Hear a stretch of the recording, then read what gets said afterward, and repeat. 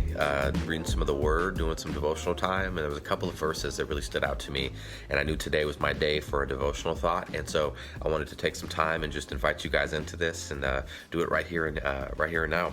And in Romans chapter 1, starting in verse 16, it says this, and it really brought me back to the basics, which are such an important part to our faith, which is foundationally the gospel, right? That is the foundation. Jesus is the foundation, so we can never get enough or be reminded enough of the work he's done, and can never be reminded enough of what the gospel accomplishes. But it says this in Romans chapter 1, starting in verse 16. It says, "For I am not ashamed of the gospel, for it is the power of God for salvation to everyone who believes, to the Jew first, and also to the Greek.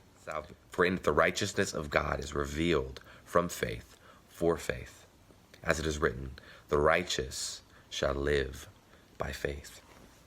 Everything about the world we live in would have you believe that you should be ashamed of your faith, that you should be ashamed of the gospel. But the truth of the matter is that we should not be ashamed of our faith. Because guess what? Our faith, the gospel, the very thing that we trusted in, is the power of God for salvation for everyone who believes. The very person who would have you think that you should be ashamed of your faith, that person can be saved by the gospel.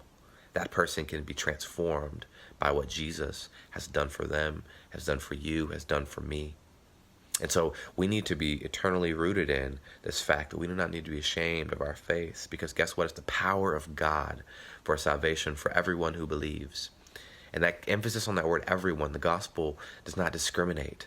That's the beauty about the gospel. You know, we think about, maybe someone's told you this before, the gospel, there's no way that God only allows one way to him. There's multiple ways to God, all this, that, and the third.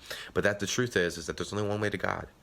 And that may seem exclusive, but the reality is it's not.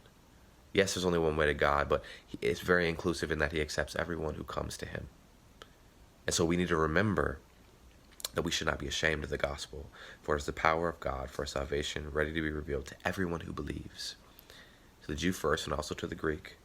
For in it the righteousness of God is revealed from faith for faith, as it is written, the righteous shall live by faith. The righteous shall live by faith. That's foundational to the gospel. Faith alone. That's all that's required to come to God. It's not following commands. It's not doing the right thing. It's not making yourself, look good before you come to God. No, it's none of that. It's faith. It's trust and belief that what Jesus did for you is sufficient enough for you to stand before God and be righteous and to be given salvation. So this week, what is the opposite of shame? Confidence. Let's walk in confidence in the gospel, knowing that it's the power of God for salvation for you. It's the power of God for salvation for everyone who decides to believe in Jesus. All your friends who don't know Jesus, your family members who don't know Jesus. It is the power of God to save them.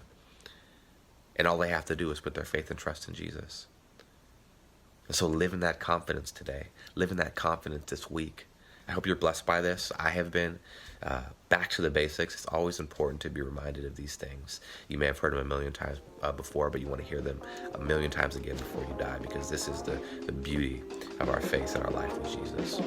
I hope you guys are blessed by God's word like I've been, and I'll see you guys soon. Bye.